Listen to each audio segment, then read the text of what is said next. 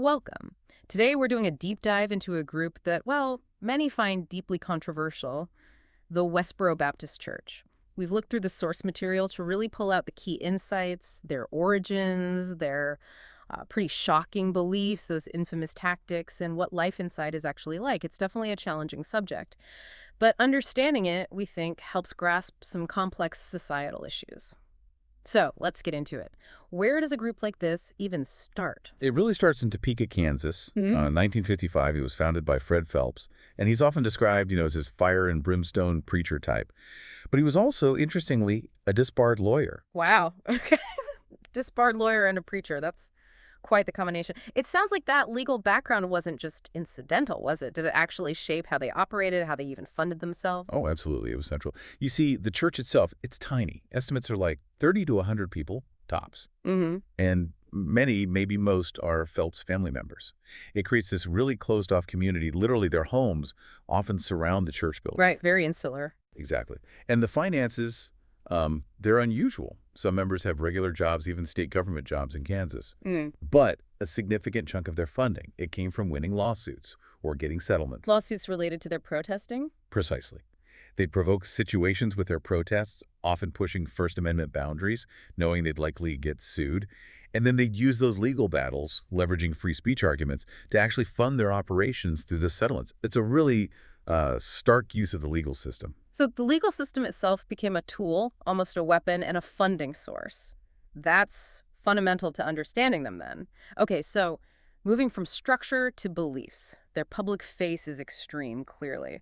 What was the core message Fred Phelps was pushing, and who are they targeting? At its core, it was a very radical interpretation of the Bible. Phelps genuinely seemed to believe America was doomed, destined for God's punishment because of what he defined as its sins. And the main target we hear about is the LGBTQ plus community. That was definitely a primary focus, yes. They used incredibly hateful language and slurs in their public protests against them. Mm. But, it didn't stop there. They also condemned other Christians, calling them soft or enablers of sin. And perhaps surprisingly to some, they targeted Jewish people, blamed them for the death of Jesus, even sent out hate-filled DVDs. Very anti-Semitic. Wow. So LGBTQ plus people, other Christians, Jewish people, anyone else? Oh, yeah. The U.S. government, the military, they saw national tragedies like 9/11 as deserved punishment, which leads into, the infamous funeral protests for soldiers. And beneath all this, hyper-traditional views on gender, deeply misogynistic ideas, and just general hostility towards anything modern culture represented. Okay, let's talk about those public actions. That's what most people recognize, those signs, the protests. The sources say they started picketing back in '91 and claim, what, over 77,000 protests? A lot. But one tactic really stands out, doesn't it? Absolutely. The picketing of soldiers' funerals. That was, without doubt, their most notorious tactic. They'd hold signs saying things like, "Thank God for dead soldiers," just horrific stuff. And their justification for that. They framed it as divine punishment, retribution against America for, in their view, tolerating homosexuality. But it's really important to understand their motive here. It wasn't about money. They refused donations, didn't sell merchandise. So not for profit. Then why? They genuinely seemed to believe they had a divine duty, a mission to warn everyone else about going to hell. This sort of self-perceived obligation fueled everything. Desecrating the flag, protesting concerts, Lady Gaga, Justin Bieber, all sorts of public events. It keeps coming back to the law, though. The founder, a disbarred lawyer. Other members are lawyers.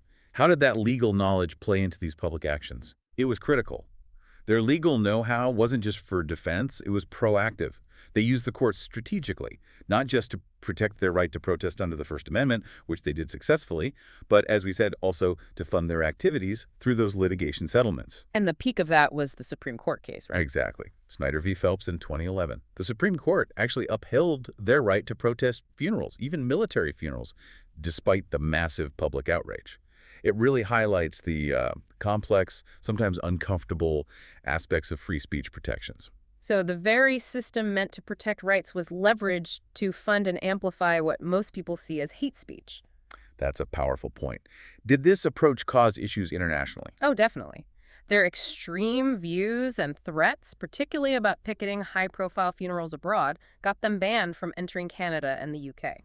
Shows a different threshold, perhaps, in other legal systems. Given everything we've heard, the extreme beliefs, the public hate, the legal battles, you have to wonder, what was life actually like inside? For the members, especially the kids growing up in that, based on accounts from former members, it sounds incredibly isolating. Children were deliberately kept separate from outsiders, indoctrinated basically from birth into this worldview. And leaving wasn't really an option. It came at a huge cost. The threat of shunning was constant and very real. If you left or were kicked out, you were completely cut off.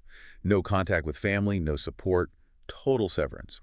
And beyond the isolation, former members have described significant abuse within the Phelps family itself, emotional, psychological, sometimes even physical. That's devastating, complete cutoff from your family. And people did leave, right? Megan Phelps Roper is probably the most famous example. Yes, Megan Phelps wrote. She was Shirley Phelps Roper's daughter, so really core family. She left in 2012. Her story is significant because it seems interactions outside the church bubble, especially on Twitter, exposed her to different views and made her question the church's internal contradictions. Twitter, ironically, opening the door. It seems so. She and her sister Grace were essentially homeless when they left, which just highlights the immense pressure not to leave. But their departure, along with others including several of Shirley's other kids and key members, really started to show the cracks, the internal dysfunction. This brings us to Fred Phelps himself, the founder. What actually happened to him in the end? His death must have impacted the church. Well, this is maybe the most surprising twist in the whole story. Late in his life, there were reports, credible reports, that Fred Phelps himself showed kindness toward his neighbors who were part of the LGBTQ plus community. There was this house nearby, painted like a rainbow flag, the Rainbow House, and he apparently had some positive interactions. Wait, Fred Phelps, the man who preached so much hate. The very same. And that alleged act of kindness, that slight deviation from the hard line, it apparently led to him being excommunicated by the church elders. Excommunicated from the church he founded for showing kindness. That's what the sources suggest. It's quite something. He died shortly after, in 2014.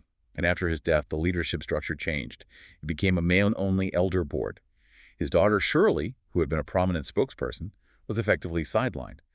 They also brought in new rules, reportedly tightening control over members, especially the women. Wow, so the ideology consumed its own creator. That's a powerful image. So, with the founder gone, excommunicated even before death, and all these defections, what does the Westboro Baptist Church even look like today? Are they still that same force?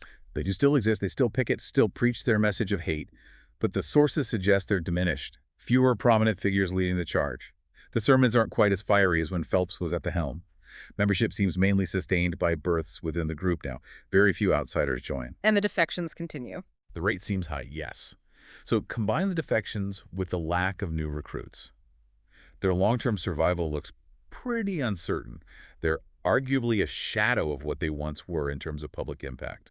When you look at the whole picture, the sources really frame the Westboro Baptist Church as this potent, cautionary tale. It's a stark example of how religious texts can be twisted, really weaponized to justify existing prejudices. And the danger of those echo chambers, those insular communities. Exactly. It highlights those dangers and just how incredible. Which leads us to a final thought for you, listening to this, something to maybe mull over. In a world where divisions can feel so sharp, so amplified sometimes, how can each of us, in our own way, try to be the big rainbow house?